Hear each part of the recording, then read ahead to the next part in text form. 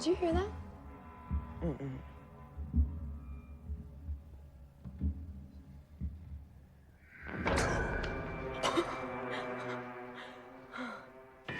Whoa, Luke, no. No, Luke. Why? What? No, just because, Luke. Look, I know you've been drinking. So have you, so why won't you Because, kiss me? Luke, it is the most inappropriate thing ever. Hello, listening people. Hello. Hello, Bartek. How are you doing? I'm doing pretty well, Ryan. How are you doing? Oh, I'm scared. I'm so scared. I'm frightened, in fact. Maybe you could bring my spirits up with some holiday cheer. Can you do that? Pussy man up. Oh, Bartek. I'm sorry, my real self came into the episode, not my acting spit and polish self. The YouTube algorithm for this episode immediately will detect the P word and be like, Well, I like a pussycat, I mean. That's it. I'm a cat Bartek. person, so... What's cat in Polish again? Kot. Kot, that's right. And dog? Pies. Pies. Spelled the same as? Pies. Yay, remembered. But it sounds almost like you're going to say Pisces, but you don't quite get there. Pies. Pies. It's like the word yes, but you just throw a P at the beginning. Oh, I love it. We are spit and polish, likingly, because we're always spitting. We're spitting facts, and we're young spitting gentlemen who both happen to be Polish, and we're entering the end of year. We're looking at things that match the vibe, it seems, and we Kind of, yeah. have this one does. Yeah. We have our podcast series, Pictures Powwow, in which we talk about a movie that has been given to us, whether it is from one of us hosts or you, the listening people. We have our ways about this. One week it will be Bartek's selection, then the next it will be mine, and then the next it is yours, the listening people. And look at this! We've got a gift! It's from the listening people! It's from our friend Stefan! And he is the one that recommended the 2016 film Better Watch Out, which is the one we're discussing today. And everyone, if you haven't seen this before, we recommend you go in fairly blind. I would say this is a great blind watch experience. This is a holiday time horror film. That's what I knew. Yeah, Christmas horror film. A Christmas horror film. If I have to give the basic premise of this, babysitter looking after a kid and things go wrong. That's it. That's all you're getting from me. Zip of the lips, and now I'm going to unzip them because we're going to get into all of the details. So you've been warned. You have been warned. Yeah, this is definitely, you said it just then, but it's one that has like a certain twist to it. The premise kind of shifts at some point, and seeing that happen is part of the fun of this one. We will be talking about it, full no spoiler after a certain point. So if you've seen the film before, you're fine. If you want to see the film, we would recommend checking it out on your own first. We both haven't seen this before. I hadn't even heard of this Nor film I. before. I recognized most of the actors in this. A lot of them have had promising careers, or at this time they had a project or two of note. Our lead actor was Peter Pan in the film Pan. Yeah, I was looking, because on the Wikipedia page for this, it lists 7 actors, because 7 main characters, really. All but one had, hyperlinked names, but I looked up half of them and we've done at least one thing with most of these people in it. That's correct. And majority of them, the only people who aren't are the parents. All of these people are Australian actors. Yeah. All of them. And I knew that as well, because I was like, oh, I know you're an Australian, and I know you're an Australian. And okay, is this going to be, was this filmed here? Yeah. That's how much I knew just before. It's an Australian-American co-production. Yeah, I didn't really know anything about this film. I hadn't heard of it. I knew it was like a holiday horror fair just because looking up the hyperlink that we have on our spreadsheet from people's recommendations, Better Watch Out, that's a little fun play on things, and the poster is a classic, ooh, we're scared and got a knife, but they're wearing Christmas attire, so, I see, we're going to have a little Christmas home invasion. That's what I got from the poster. I even said offhandedly last episode, comedy as a genre, and then I took it back saying, I don't know that for a fact. I'm assuming that. I was And thinking what a about wrong things. assumption that was. I was thinking about things we said last episode as well.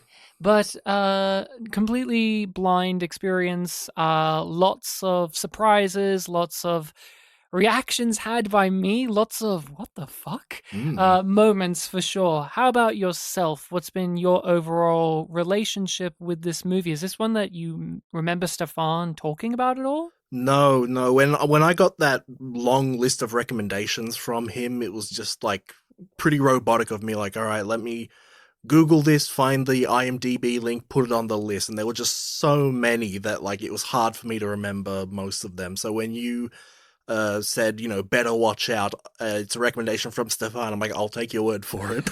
I definitely put it on the list, but it's just one of many. Yes, but completely unaware for you as well. I haven't heard of this movie before. Yet it seems Okay, like yeah. one that I'm shocked hasn't had more word of mouth, at least even on a cult level status. But maybe this is just a blind spot on my end. I'm not a big horror aficionado. I'm not a big horror guy. So there are some that slip me by, like Starry Eyes is one that you brought to the table that I'm like, I think I heard little bits about. But now you talk about Starry Eyes, it's like, oh, there's a lot of word about Starry Eyes. But yeah, this was something else. So what was your experiences watching this? Before going into it, I looked up the poster, I looked up the genres, and I kind of had a similar sort of feeling to it as with Bodies, Bodies, Bodies, where that was a sort of a deconstruction or like this take on a certain genre. So I was walking into it expecting, okay, this is going to be another one where A meta, Yeah, it's look gonna- how quippy and clever we are about this type of genre. And we're something- flipping it on its head with horror. yeah, not maybe not something on the nose to that extent, but definitely in that sort of ballpark. So it's like, okay, there's going to be some sort of, like play going on here.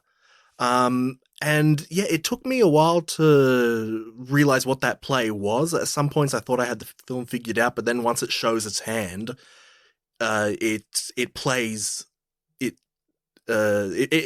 fluidly plays off of like, okay, this is what the film is now, and you see it all play out. And yeah, it was an interesting sit. I had a lot of feelings about the movie, one of which was Patrick Warburton was here, and I was so happy. I couldn't believe it. He was very funny. Yeah. And then he leaves. And I was like, oh no, come back. I know why he's not here. It makes sense for the movie. It's very much a shoestring budget film. It's a one location film primarily. Minimal characters, minimal sets. I understand, but Virginia Madsen is the mother as well, and she's had an illustrious career. I always think of her as weirdly enough, as we record this, it's actually the 40th anniversary of the film that I think of her for, which is David Lynch's Dune. Okay. She yeah. plays Princess Irulan, who gets nothing to do in the movie except for she gives the exposition at the top of the film. And I've talked about this on the pod before. The funniest opening monologue / expo dump I've ever seen in my life, where it's Virginia Madsen in a regal outfit with like this very prim proper hair, and she's doing a faux English accent because she's royalty, and it's just her head floating in space. It's just a disembodied like head and shoulders in space, and it keeps fading in and out her head. Like it goes like fades in, You may have fades shown out, me but here's the this. best part.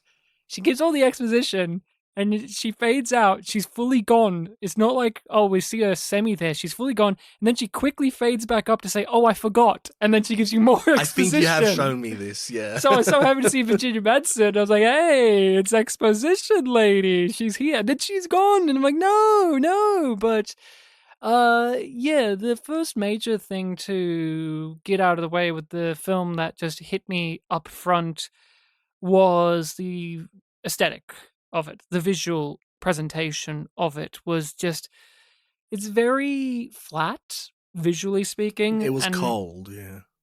And I understand that there's budgetary constraints to the film, you can see them, but it did lessen my enjoyment of the movie. It's probably my biggest negative, and it's the thing that hit me straight up front, is just it's very flatly shot, and there are the one or two moments where they try to stretch their cinematography abilities to make it more visually interesting because, as you know, with any confined location movie, you need to be very clever of how you present it visually to make it more, engaging. We did Trespass, which kept popping up to my mind when watching this, or even The Menu, which we also covered a little while ago, where that's primarily in like one location. We go outside a bit, Mhm. and it's like visually interesting. This doesn't have that on just like cinematography level, but also lighting wise, it's just very flat to me. Like there's so many shots here where I can see if it had just that extra oomph factor, like something like The Menu or even Trespass, they would linger in my mind more visually. Like there's these shots that almost feel out of place because they're stylistic, where anytime someone is grabbed or pushed down when they're tied to a chair or they're being plonked on a chair, the camera is mounted and it follows them along. Like it will go from horizontal to vertical or vice versa. Yeah, it did do that a few And times. it did it a couple of times, but the film doesn't have any other big flourishes like that throughout. So it actually stood out when they did it because it's like, oh, you're doing a, in quotations, artsy thing here to make this more. But I kind of wish visually the film had more stuff going for it because I think it would raise it to another level. Yeah, there are also a couple of points where it was like, oh, the character turns to walk somewhere and then the camera follows them. It's like, oh, jump scare, this thing was out of frame. There was some weirdly though, the film doesn't rely on jump scares after like the first act. Yeah, The so first act has like the most piss weak, fucking lame ass jump scares with the musical sting coming in. And then until you just raised it, I completely forgot that they were there because the movie earns their big moments in better ways later. yeah, you brought up Trespass there. Yeah, the first part of the film, probably first third of it, is basically a home invasion plot. And that's kind of, what's going on in the film itself. So you're wondering, all these like mystery points, like who's the one doing the home invasion? Who is behind this? What is their motivation? So it's a mystery up front, and you don't have too much information to go off of. So I thought this might have been one where it was like, oh, okay, the maybe we're not going to get an answer, and that's going to be like part of the horror of it. And is it just mundane or is it something more? Is it supernatural? Is it just a personal grievance? Is it real? And when I say real, I don't mean real in what they actually reveal. I mean real as like, is any of this taking place or is it just some crazy metaphorical figment thing? Who knows? Because I gotta say up front, the tone of the movie is very elusive because we're following teenagers. So the film has, I thought, the correct amount of juvenile sensibilities, but there was still a level of it playing itself straight. It's not as if, at least in the first half, I didn't feel like this was a comedy movie being a comedy horror. I thought it was actually like a fairly po-faced version of this tale of like, here's a babysitter looking after a kid who's a little too old for a babysitter and she has to navigate him and a home invasion, and there's some like minor funny things, but they again tie into the fact like we have these juvenile characters rather than say like bodies, for instance. That was right up front like being funny. This one, not so much. Yeah, and you also have like the sort of going into like cringe comedy territory where it's like, oh, the young boy's trying to seduce his babysitter, all his plots, and they're obviously not going to work. She's really not going for them, so it's kind of embarrassing on his part.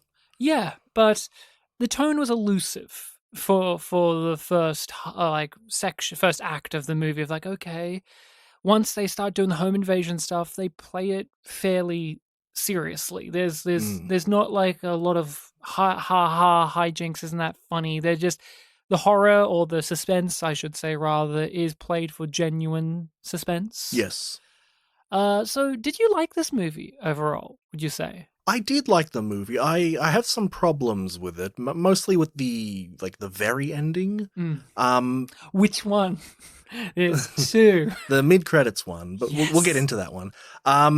Yeah, but that first section where it was home invasion, like I I was into it as it was progressing. Like once he got the brick thrown, it's like you leave, you die. It's like, oh, what is this all about?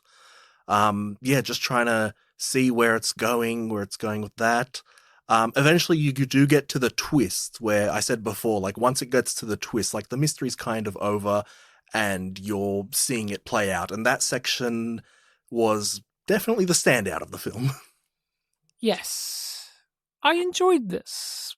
I have issues as well, and I will chalk them up, a lot of them, to budgetary things and growing pains, because this is a filmmaker who doesn't have a lot under their belt, having looked up their stuff. It's and a same second with the film, I think. Yeah, and same with the writing. It's not as if this is a very experienced team, but they're going for something, which I very much appreciate.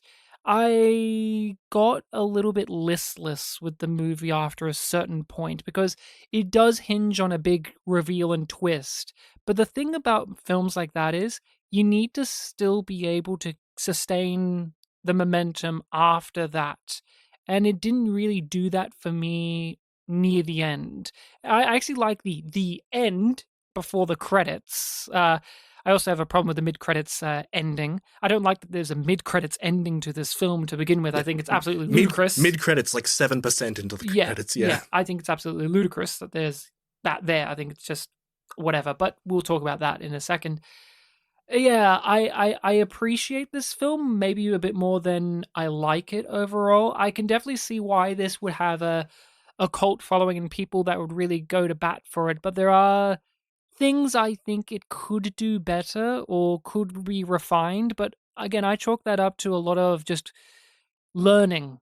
This is people who, hopefully if they make more movies, it's been a while since this one, but if they make more movies, I hope that they take a lot of the stuff that they've done here and kind of fine-tune it over time. I definitely had that feeling afterwards where it was like, oh yeah, I want this guy to keep making things because I liked what was going on here. I'd like to see this improve. So, again, we're going to just get into it now, everyone. Yeah. I recognized what the twist was before the big reveal because of that performance from the boy, from Peter Pan himself. He was so overtly upsetting in how much of a creep he was that I had faith that the film was aware. And if the film's aware, that means there's legitimately something sinister afoot here. Mm-hmm. So when they revealed the twist, I was already a step or two ahead, but I'm not faulting the film for that. That's just me being like, this performance from him is too genuinely upsetting. Yeah. It's not cringe comedy after a certain point. It's just genuine. It's not even cringe. It's just genuinely filthy to watch. Yeah, and I'm like, there there has to be a reasoning behind that. I do not believe that the filmmakers are that naive. We've had debates and we've had conversations over the years of films I do believe were genuinely naive enough to think like these gross things that they do is okay, especially with children.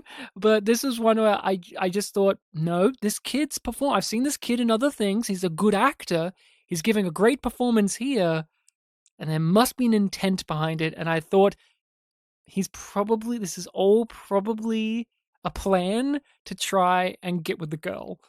And the film says, yes, it is, Ryan, but there's more to it than that. Yeah, it goes steps further. I didn't predict the twist beforehand, but I was definitely noticing, like, oh man, they've really fine-tuned the characterization of this kid being just uncomfortable. Lucas, as the kids. Luke Lerner, was it? Yeah, Luke Lerner. I didn't even think of the abbreviation. Yeah. He's like a Timmy Turner character. But his performance is fantastic. You and I, when we did Unappreciated Masterpieces, we did Pan, the Peter Pan film. Yeah, that was really early on. And we praised his performance as Peter Pan. We really liked his performance as Peter Pan. We thought he did an excellent job. And I'm glad to see, like, he, even beyond growing up out of the cutesy kids phase, shows that he has some real acting chops. Oh, yeah. This was filmed like, I think I did the maths. It was like 22 months after he started filming Pan. Wow. And look how much he grows between, you know. And Pan is one of those films that I kind of have forgotten about. Like, I didn't remember much of it. I watched the trailer for Pan after watching this. I'm like, oh, he was like a little Oliver Twist in that film. That's right. And we really liked his performance, so it was great to see him in this. So what do you want to talk about? Do you want to keep talking about him? Do you want to talk about any other early parts of the film? I mean, what's your yeah, opinion? I mean, I guess just more so grounding like what that twist is. Like the film kind of becomes the film that I kept thinking of was was it called The Loved Ones? Yes. The Australian one we did with movie Oubliette? Yes, Yeah. the Australian horror film of torture film. Australian, that's right. Yeah, where it's, you know, this twisted character that has fucked up feelings for the main victim, and seeing them, you could see whether the black comedy comes in, where it's like they're acting over the top, but also it's very unsettling. And I remember you really loved that about The Loved Ones. I'm like, oh, I bet Ryan really likes this part of the film. Yes and no. I feel like I'm in a weird limbo land of me saying me of all people saying, "What's a comedy? What do you define?" Because last episode we talked about that. We had a I was bit going of to say, friction we about brought up the guests and stuff memories last of episode. Matsuko, and this was one too where there's definitely funny stuff in there, but because the performances are. Again, I'll bring this up because our friend Stefan recommended it, and Amanda also, like, their previous film recommendations have a very similar vibe, like these horror vibes of like, they're comedies, but there's a level of like authenticity and sincerity in the performances where you're left a little bit like, who needs the comedy after a certain point of it? And that's how I feel about this, in which I didn't find this film particularly funny. The most funny thing I had was, that's an interest. I was more admiring the audacity of the storytelling that the film is doing rather than any humor in the film, because all of these actors, even the two boyfriends that come into the movie, play these characters really deeply, and it makes it more just true rather than like this is just a fun comedy idea. Yep. Again, just like with Memories of Matsuko and some of those other films, like the comedy wasn't really what I was in for. In fact, one of the things I kept saying, like the first time we watched The Guest and with The Loved Ones, like, yeah, I recognize that there is like some comedic stuff going on here, but I really want to be more focused on like the horror aspect of this. Like, we've got an unhinged person here.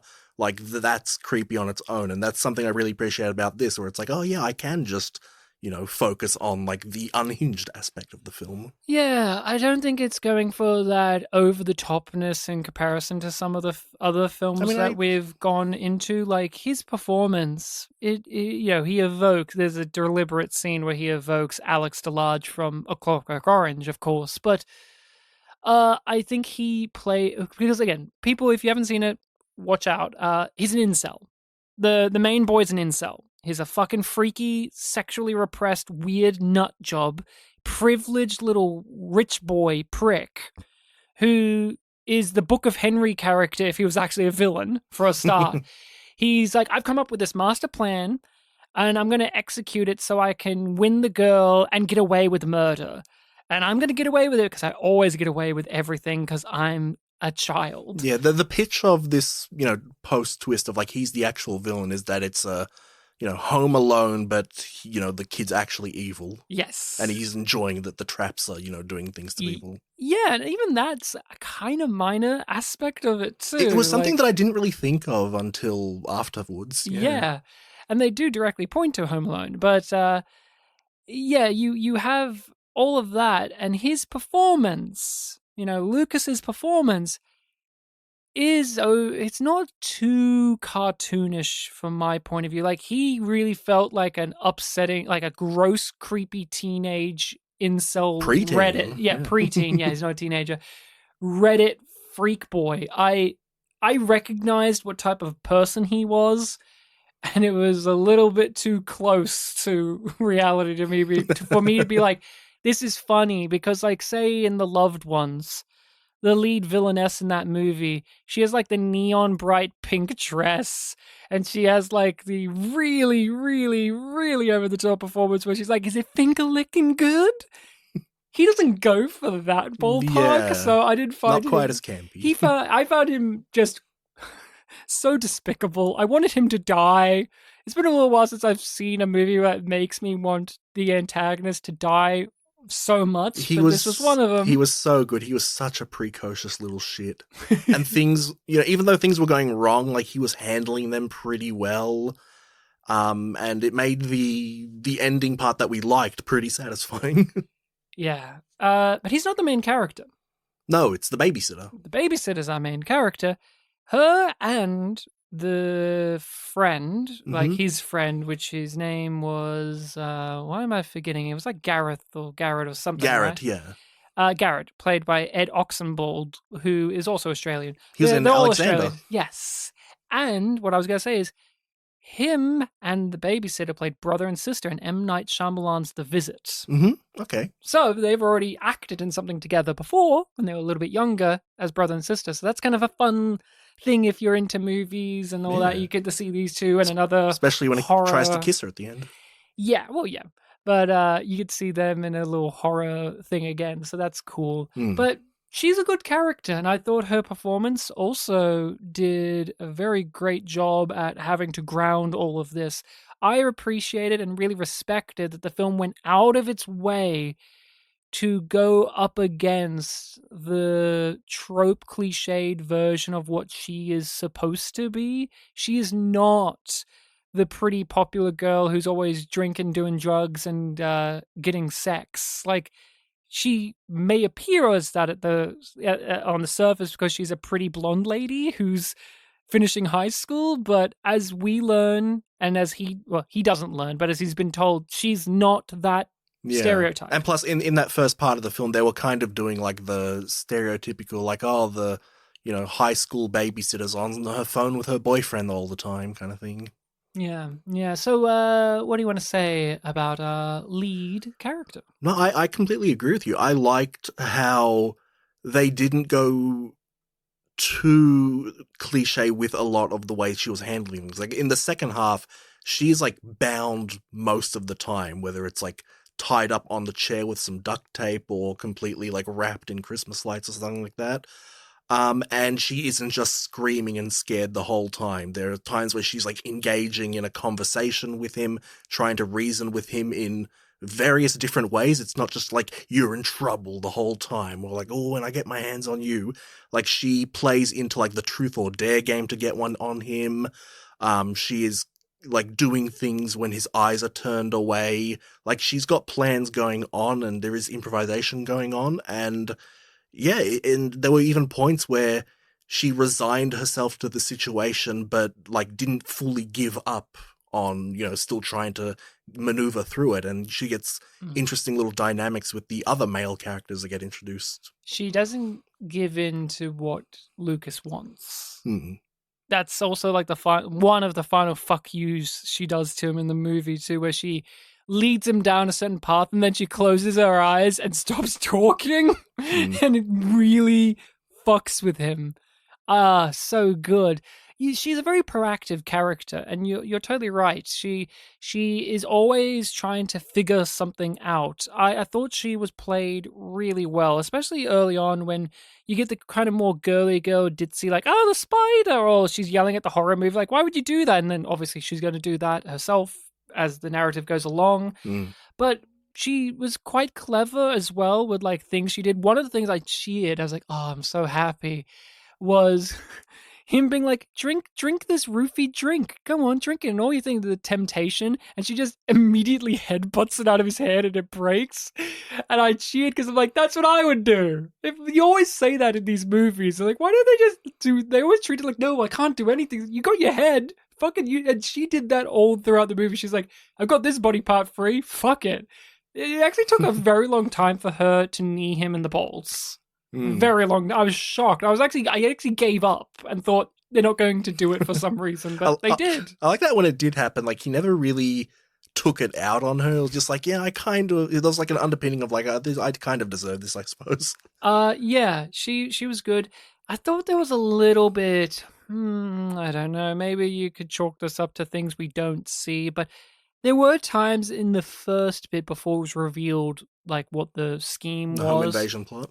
Where she just did typical dumb movie shit, like always leaving the door unlocked, and then she locks it, and then she'll unlock it and then walk away, and it's like, no, you need to lock that, or puts the knife down. Yeah, that section did have a lot of, like, instincts in me to, like, talk to the horror film. Like, why are you doing that? Like, every time they whispered or something, or like went shh, I was like, that's loud enough for them to hear. Don't do that. Yes, which again makes sense for the two boys because they're the reason it happens. But I think it was a little bit inconsistent with how we see her character for 90% of the movies. Not like that. It's just you're having your cake and eat it too attitude. It didn't work for me 100%. Like I think there's levels of like character stupidity in these things that you can tolerate. And at the start, I was like, oh, come on. And like you said, when she was watching the film earlier and saying, like, why would you go to the attic? Like, there was some things played for irony. It's like, oh, look, you found yourself in the attic now. Yeah, she's, Ashley was very good. She has the meanest fucking stare. Like, they put duct tape on her mouth, and this actress, she can just act with those eyes and that brow. Like, she doesn't need the lower part of her face. She just, the mean looks that she's given these fucking kids. You're like, oh, because at the start, she can't even stop him from drinking the champagne. Like, she's like, you're very aware that she's like a small woman, like, in comparison. And you're like, oh, and she's not very assertive. Like, she's having problems with the boyfriend. But when push comes to shove, you put the tape on her mouth. She's giving you that look, the friend Garrett's like, "Oh, we are going to go to jail. She's going to fucking ruin our lives. Look at her." She's just like looking at them like, "I will ruin you." There were some, like teacher vibe moments I was getting, like that one where she was like, "Come on, head over, waiting." It was like, "Yep, you just got to wait for them to do it." I was shocked at how cool Ricky was when we actually got to meet Ricky.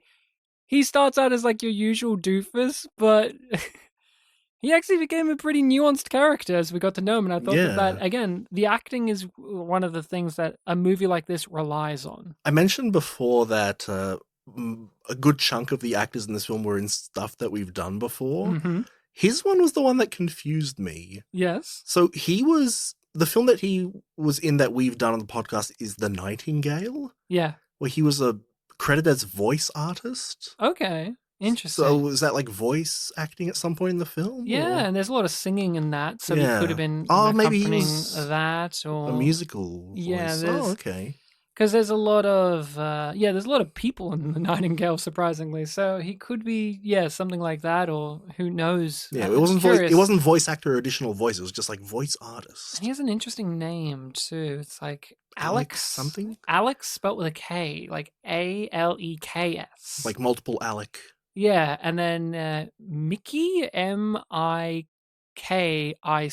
I don't know, but he's an Indian. He was great. I thought his level of I'm scared, but also I'm playing up that I'm scared to manipulate them was great. Like the character pisses himself. Yeah. Right? Was that on purpose, or do you think he was actually that scared? It could have been column A, column B, but I think there was purpose to it, yeah.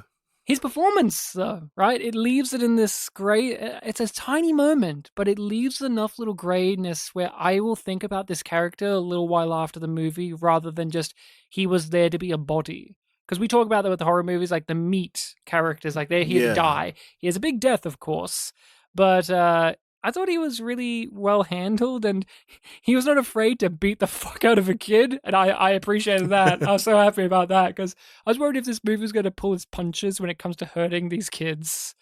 It did not fully pull its punches. It still had some oomph, like still had some grit enough to show these kids get hit or thrown. I didn't think of that while watching it, but yeah, it didn't. It did put them, fair game. all of the deaths, except for the hanging, happen off screen. Like it's implied. Like you see a character gets shot, but you don't actually see the head explode. Like, or he gets Ricky gets hit in the face with the paint tin can, but you don't actually see his head explode. You see like the ground and the blood and Characters' the reactions aftermath and of it. mix of the yellow paint and red blood. I thought it was tastefully done, but I can see some horror fans being a little bit annoyed that we don't see the goods. And is a part of that because we're actually got children in this movie? Like two of the main characters are played by actual children. And one of them gets brutally murdered in the face, and you don't see their death. Probably you don't get to see the shot, like, a squid. Yeah, later on you get to see it in the background in the distance. It's not the same. Yeah. But anything else you want to say about Ricky? He was like an outside element that came in. It's just another one of those things, kind of like with the babysitter. It was like, oh, it's the babysitter's dumb boyfriend. Like, usually the dumb older guy in the horror film who's like the boyfriend is the one who, is cartoonish. And they kind of play into that a little bit with the ex-boyfriend Jeremy. later on. But yeah, with Ricky, he there was depth to him there.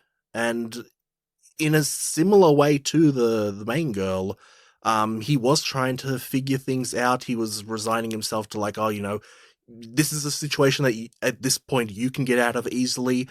Once you do it, just go, just run. Yeah, don't try and save me. Don't try and save me. Yourself. Try and save yourself. Yeah, and you have something worth living for. Yeah, there was a selflessness to him, and she showed it too, especially when main kid wanted her to talk to her ex-boyfriend on the phone, and she defiantly said no. Like, It's like, oh, well, I'll kill you. It's like, this is something that I'm not going to budge on. I'm not going to drag other people into this. Yeah, the way they showed defiance to the villain was really good, because it felt like if they did the cliche thing, it would just be them submitting.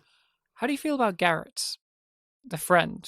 His dipshit little friend. How do you feel about him overall as a character? I like that they had this kind of unwilling accomplice who is constantly getting in over his head about like, no, we're going too far, but his insecurities just lead him to follow along with it. I liked how that especially conflicted with our, mastermind main kids, not being able to work as efficiently as possible. Do you feel bad for him? To an extent, I do. I know he's not entirely blameless, but, there's a whole recurring thing about, like, we've been best friends forever, and, like, do you not see that this kid doesn't care about you? He will easily dispose of you once you're useless for a minor reason, and he does. Yeah. Oh, man, Luke's performance in that moment where he's, like, screaming, and then he's immediately cold.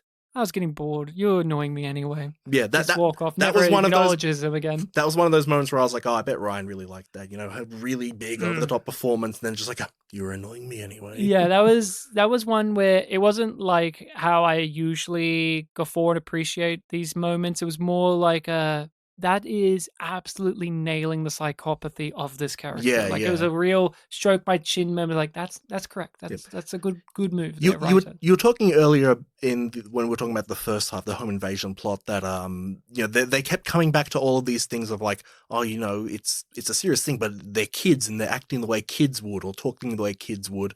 There was a lot of that in the real plot of the film where, when you start off that point, she's waking up and she's seeing them just having this casual conversation about a cartoon they like and who do you want to fuck in it.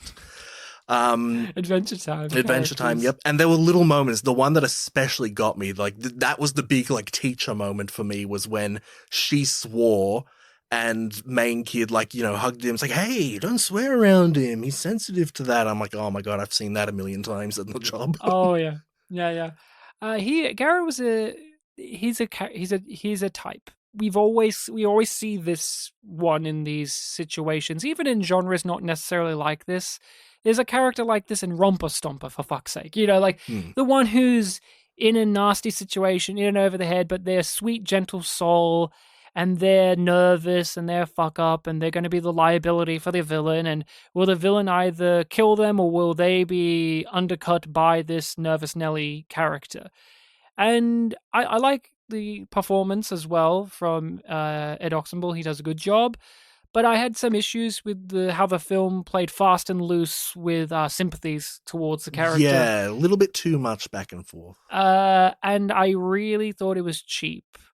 Immediately to be like, oh, he's complicit in this because our main character gave him drugs. Like he gave him oxy at the beginning. Yeah. So for the first good chunk of like the post home invasion section, he's just like well, you can't really get upset at Garrett. He doesn't have full control of his sensibilities because he's on oxy. And I thought that was honestly pretty cheap. I think he could still pull off having him thinking this is fun and then realizing after a certain point that things have gone too far without it having some inbuilt explanation for why it has to be that way. I don't know if you feel similarly or not, but it stood out to me as like a thing where it's like, oh, we have to have Lucas manipulate him with a drug to make him do things. It's like, I feel like there was just smoother ways to get to this. Yeah, there was just a pendulum act going on where it's like, okay, I can see what you're doing with this. You've already done some sort of like twisty stuff because like we're introduced to this character, you know, it's like, oh, the best friend who you're talking in your bedroom with while he's playing a game and giving you exposition, and the parents have established it like, oh, he's like the bad influence friend or something like that. The son's the bad influence. The son, yeah, that's the irony, the twist. The son's the bad influence. And he's in over his head in this film, and there are all these little moments where it's like, oh, you know, he's against what's happening, and like, oh, you know, can we get to him at this point? But then, you know, Lucas sways him back to his side, and it felt like that happened a few too many times. Obviously, it was narratively a thing of like, oh yeah, Lucas is the manipulator who can get what he wants, but it's like, okay, but let's actually get to like the twist, and we finally kind of get that when he's outside dealing with the ex-boyfriend, and like the babysitter is, you know, convincing him like, look, we need to be on the same side here. Like I don't really care that much about taking you down. Just help me out of this and let's deal with this. It does swing back and forth too many times because you know the outcome after a certain while. And so that's where my listlessness came in the back half of, they do throw in twist after twist, but at the same time, with these movies that want to subvert your expectations or pull the rug out from you or be clever, if you start to catch up to its wavelength and start getting ahead of it, it can be a little bit lackluster. And that's how I felt with like I enjoyed the moment where Lucas makes it look like the ex-boyfriend has committed suicide out back, but I knew that's where we were going, and it's not though so much like I know where it's going. It's just at the time we spend there, and I feel like the film just didn't have enough after a certain little while to keep me going with it, other than some of these things that you get out of a genre piece of like, okay, I'm just watching it play out now. Like they've made their little Rube Goldberg machine of stuff, and now I have to see it go. And even if something goes off book, like Garrett, well, I know he's just going to kill Garrett because that's the character he is. So there's not much of an off-book quality to it anyway. Yeah, as soon as he gets killed off, like other than the really great acting from Lucas, you know, where he's like screaming with his like not quite pubescent voice, yeah, when Garrett gets killed off, it's like, oh, okay, there wasn't really like a new sort of twist to how this character was dealt with. It was just kind of like, nope, he's done. Oh, and I thought it was pretty laughable. Lucas's little monologue about why he's like this. He's like, my mum used to hold me, and then one day she stopped. I'm like, shut the fuck up. It's in line with his character, but I was like, shut up, movie. You've waited too long to pull this card out for me to want to sit here and listen to it. But in a way, still the film feels like it was playing with it, because the babysitter's like, yeah, I know why she did it, and then never elaborates. Yeah. I think there's just certain things here that I would love a bit more fleshed out. I think, weirdly enough, it became too sharp at the beginning with the sexual stuff. Like, they front load the really creepy incel stuff. Like, he sexually assaults her throughout this movie, like especially in the first half where it's like the truth or dare grab her tit scene. And it's not pleasant. It's not fun. But I think the movie knew that too much and it kind of pulls back on it a lot. So it's like, I'm following a movie about a creepy incel loser, but by the end of it, it's like, nah, he's just a psychopath. And it's like, okay, like the kind of interesting twist at the beginning of like, he's doing all of this because he thinks he can get with her fades away very quickly to what in my mind came across as I'm a genius kid and I've come up with an elaborate plan and I think I can. He's more excited about if he can pull off these plans rather than what I thought the first bit of the movie was leaning towards. Yeah, I think I read somewhere online someone was talking about it was something along the lines of, so was he intending for her to find out that the home invasion was a plot so that he can do everything in the second half, or was that improvised on the spot?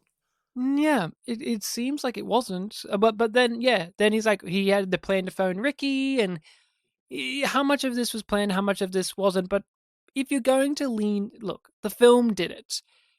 It very much went to the weird sexual privilege entitled teenage or pre-teenage boy thing. But I don't really think it had much to say about it. It just kind of was there. I think it had more to say in the beginning, but it kind of lost the thread and kind of got more focused on what if Kevin McAllister was a evil genius.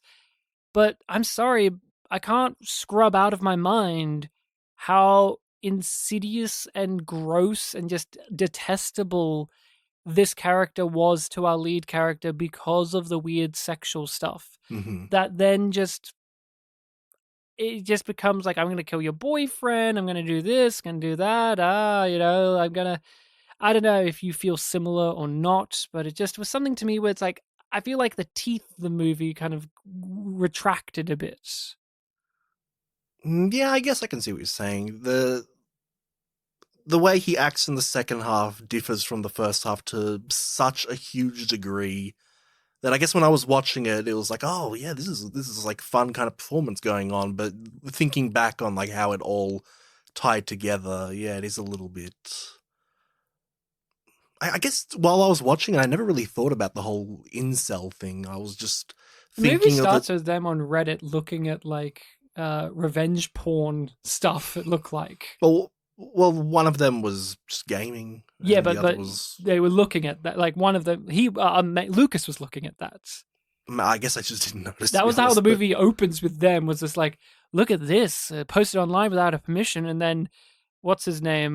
Garrett is like, it's better when they're actually naked. That was his thing. But yeah, that's how the movie opens. Yeah, I guess I just wasn't really thinking about the whole real life analog to incel culture. So I was just thinking of it as like, this is kind of like the fucked up, precocious crush kind of, deconstructive story. Yeah, but then it does go to the direct, like, you owe me. I love you. You keep treating me like a little boy. Well, guess what? I want to fuck you. I'm not a little boy. Yeah, the whole groping thing. I guess I was just stuck on the fact, like, well, he's 12, so this is just a fucked up, play on like the feelings you would have at that time. Oh yes, of course, but it's there.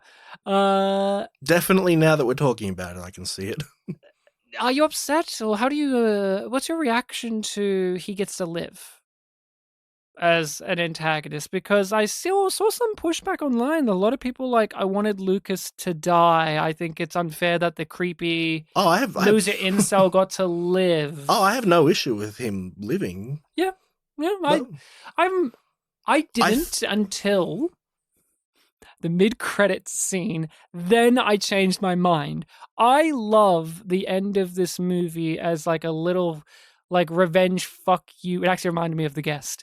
Yeah, with me, it wasn't that carnal desire of like, I want him to die. It was the carnal desire of, I want his plan to fuck up even though he has planned it so meticulously and thinks he can get away with it. There were so many points in that whole ending section of the film where it was like, he's going to bed, then he remembers this thing and he manages to fix it. And it's like, oh shit, I was banking on that being a thing. Like, he knew the pencil thing. Mm-hmm. He remembered the heartbeat thing, which I only just remembered like a moment before he did. And I was like, oh damn, how's he going to get out, defeated. Is he just going to win? And then, you finally get like, should this one still alive? You get the finger moment. You get like him looking despondent, camera panning away from the window while the Christmas music is playing. And his mother's holding him. And it's like, yes, the poetic justice ending of like, he, despite everything, still lost. I love that. I thought it was fantastic. I thought it was fantastic.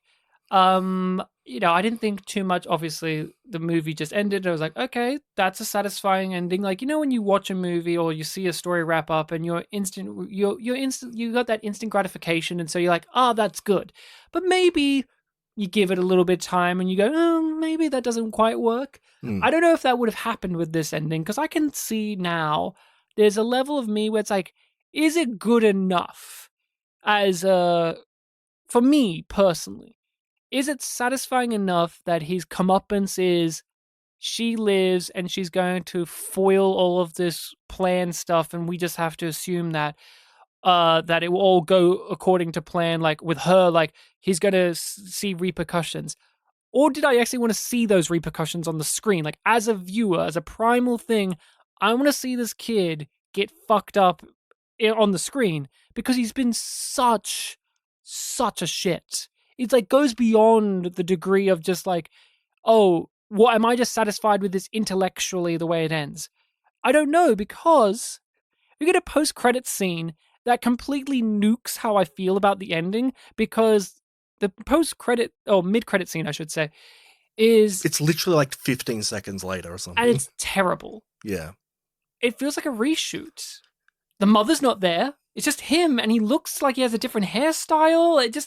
I don't know. I didn't even think of it on a visual level. Yeah, we should watch it back at some point, like watch the end and then see it post. Yeah. It feels like it was at a different time. It feels like someone put in a little note and they stapled it on at the end. And what is this mid-credits thing we've been dancing around and alluding to? So I mentioned that the film ends him looking out the window despondent, and, it's the poetic justice, he's been defeated. And what you were saying before about, like, are you, satisfied to like 100%, he needs to have been defeated and realize, like, it's all over. And that was good enough for me. The scene that happens that we're not a fan of is, it's shot from kind of behind him while he's looking out the window. He turns around and he just says, "Ma, I'm worried about Ashley. Can we go visit her in the hospital?" And that's it. And it's the implication he will successfully kill her in the hospital. Yeah. So there is, the intellectual ending before was like, oh yeah, the dominoes will fall. He's been defeated. With this part of the ending, the implication that like, oh, the plot continues or something like that. It's frustrating because of what it means in terms of like, media literacy, the implication that like, oh, it's not over yet, there is a plan, but then also the logical thought in my head of like the response to what he says. Like logically, I would think the response would be either A, the mum says, "Oh, honey, not now." Therefore, the girl gets time to tell on him. Or B, the police like, "No, son, we need to get you somewhere safe for the night while we continue investigating." It's like logically in my head, I know that plan is not going to work, but because of, horror conventions and media literacy, that's implying that like, oh, he's going to continue his plot and, try to still win in the end, whether he succeeds or fails. And it's like, no, just let it be over at that poetic moment that we just had. Because also, it sides with him. The movie's taking his side in a way because it's literally ending on like this little stinger of like, he's gonna get her. Instead of ending with him looking at the window in realization that he's been defeated, is now given the leeway and the runway for him to be successful. That's the film siding with him. In my mind, that's how it comes across. It's like, oh, Freddy Krueger's still alive. That's what I was thinking. And to me, this was when, and I hate this so much, when we watch a film that's trying to be, play around with these conventions and these character types and so on and so forth, there's ones in which it's like, you're being too pretentious and so doing this, and you're being, I'm patting myself on the back, aren't I clever? I didn't get that sense from the film until that post-credit. and that mid-credit. I felt like they crossed that barrier for me in which the film now turned into like aren't we so fucking smart with what we've done here? It offended me. That post-credit, the mid-credit thing really offended me because they had an ending. They had an ending that's satisfying as a viewer in which the girl gets away and she's going to win. He underestimated, like, she used the tape, which he was all like, oh, there's a million uses for this, and that gets used against him. Perfect. And then they do the fucking grandma's home ending to, what was that? Unforgettable. Where it's like, actually, no, the villainy continues on. He isn't Damien from The Omen. It's not the same thing. You know, you can't do not. Like the kid wins in the end because villainy will, new generation of you. That's not what this movie was about, but it ends in that way because you thought you ended this movie thinking that things were going to work out in a way that you wanted as a viewer. Actually, twist. He's got a new plan.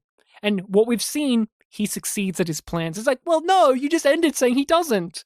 So which is it? Which is it, movie? I fucking hated it, and it turned me around and like, was I satisfied with what the original ending was?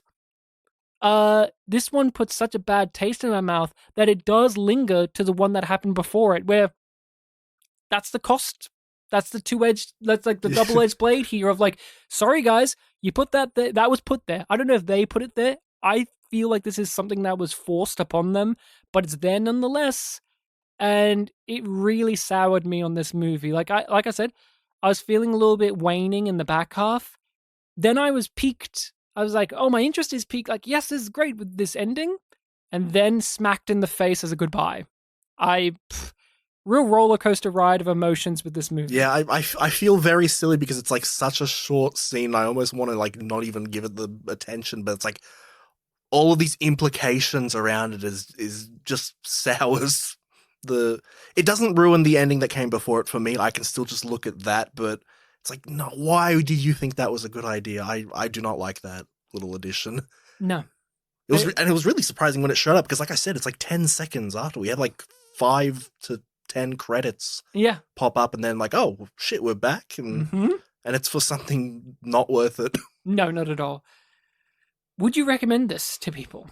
Yeah, I'd recommend it.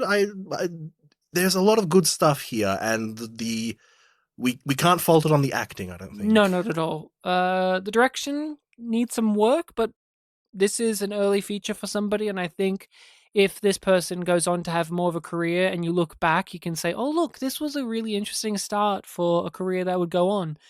Similar to how the Adam Wingard, who did The Guest, he did a movie called You're Next beforehand, which is, it's a pretty decent movie.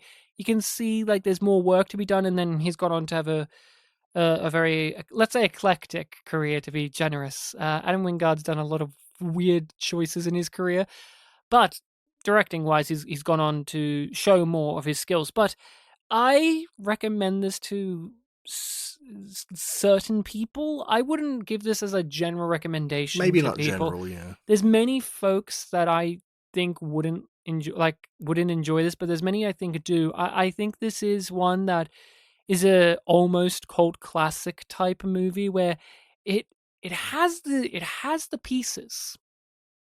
They're there, but not all of them are put together to quite unlock it to being something along the lines of these movies that we have mentioned here today. But I won't fault anyone who does think of it as something like that's really unique and special. But there are elements that bug me. There are elements that I think are underdeveloped or just thrown away to the side. But then, with every one of those, there's an element that I'm genuinely happy about. These performances, these characters, it was all there. We didn't talk about him too much, but the ex-boyfriend, I really like the trivia point that pointed out, because I noticed his fashion. I'm like, oh, he's dressed very funny. That it was based on the outfit of the meme of Scumbag Steve. I'm like, oh my god, it was! I thought he was. The backwards cap, the sort of jacket. That actor is in Stranger Things. Oh, there you go, with me. Yeah, yes. I was the sheriff in that. Yes, he's an older brother of one of the girls in that show, and he's a sexy lifeguard in that show. But he's an Australian too. yeah, this is definitely something. Christmas also. How many horror holiday films do we have that, aren't just Gremlins or something like that? Silent Night, Deadly Night. Yeah, there's several, but, most of them aren't that great. I think this is one, if you're really wanting something like this during this time of year, add it to the list. I don't think you'll be too disappointed. We might do it in October. Yeah, exactly. It's an October and December movie. Stefan wanted us to hear our reaction to the paint tin. Here's my reaction. Oh. It was great. I thought they did it tastefully. I was expecting like here's a big gore explosion scene. Okay, here we go. But they did it in a way that was, again, just very tactile without having to show off all of the gory details. So... And again, it was another great moment for our lead kid to just be unhinged because, like, no one is into this at all except for him. Even Garrett's, like, almost done. And Ashley's reaction to when it happens. And that's also where you get the twist of, like, the gun was never loaded. That's another thing that annoys me. If I was her, I would have checked if the gun was loaded. Because she calls it out at some point earlier that about the gun stuff. So, either way... What is your recommendation for the next episode, Bartek? Sure. It's Christmas time. It's the actual Christmas episode. And finally, I get to recommend one. Yes, finally. It's never happened. And it's a foreign film. Yes, it is. I finally get to recommend a third foreign horror film in a row. Horror? You mean Christmas? That's what I said, Ryan. Editing, fix it, please. Nope, double it. Triple it. Fucked up. So what is your Christmas foreign film of 2024? Specifically non-American. It's not an Australian film, and it's non-Australian though. So this film is from 1961, I believe. 61. We're traveling back. This film has two titles. The one that it seems to be officially referred to as is kind of generic. Okay. The official title localized is The Night Before Christmas. So it's like the Russian title translates to Evenings on a Farm Near Dikanka. Okay. I found an upload of this on YouTube, so easily accessible. What's it under on YouTube? I think Evenings on a Farm Near Dikanka. Okay. Yeah. And this one is I mentioned a couple of episodes ago that it has a similar region that we were confused about before. It's similar to the Treasure Island one, where I believe it's a Soviet film from Soviet Ukraine. Okay. Interesting. Yeah, I think I checked it, and most of the actors are, Soviet Ukrainian or Soviet Russian. Okay. Well, we're visiting a very interesting film period. The Soviet-run countries. We've had Czech films over the years that have been in that period, and they're all interesting. And yes, the Treasure Island. So everyone, make sure to check out the movie. We'll include the name of it in the description, as well as where you can find us online. We are Spit and Polish Presents. We're on all of the podcasting sites. Make sure to rate and review us. And if you have a recommendation or you just want to let us know your thoughts on the things that we have discussed, email us over at... It's spitandpolished@gmail.com. Again, spitandpolished@gmail.com. Thank you all so much. Stefan, thank you for the recommendation. It was great to have this offered up. I was looking through the list and I was like, what's in listening people's selection that would work for this time of year? Oh yeah, there's Better Watch Out, which I think I brought up during our October spooky month discussion. Is like, we do have a Christmas horror in the list. And I was you did say something I think I'll leave that for later. And you're like, ho, ho, ho. And I was like, yes, indeed. Yeah, it was a good one.